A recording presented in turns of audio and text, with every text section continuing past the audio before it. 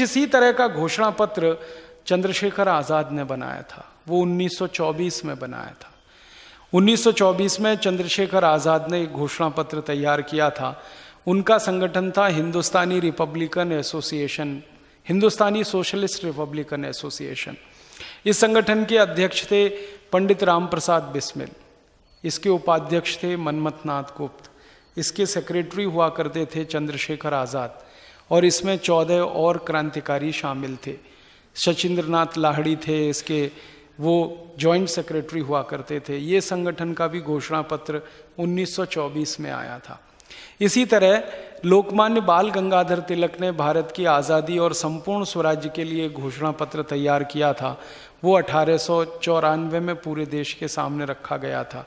थोड़े संशोधन के बाद 1905 में वो फिर देश के लोगों के सामने रखा गया था। उसमें उन्होंने सबसे बड़ा जोर दिया था कि जब तक स्वदेशी की स्थापना भारत में नहीं होगी, स्वराज्य नहीं आएगा। और ऐसे एक एक नहीं, बहुत सारे क्रांतिकारियों के नाम लेके मैं आपसे कह सकता हूँ। एक क्रांतिकारी हुआ करते थे नाना साहब पेशवा, उन्होंने एक घोषणा पत्र 1857 में लिखा था, जब आज़ादी का पहला संग्राम इस देश में हुआ था। उसमें भी उन्होंने कुछ इसी तरह की बातें लिखी थीं। अंग्रेज चले जाएं, अंग्रेज़ों की सरकार चली जाए, अंग्रेज़ों की व्यवस्था खत्म हो जाए, स्वदेशी व्यवस्था हो, गरीबी दूर हो, बेकारी दूर हो।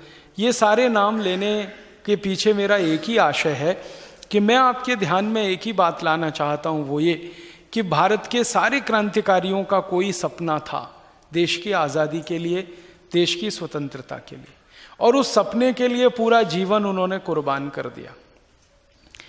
किसी ने 23 साल की उम्र में फांसी के फंदे को चूम लिया, तो किसी ने 16 साल की उम्र में फांसी के फंदे को चूम लिया।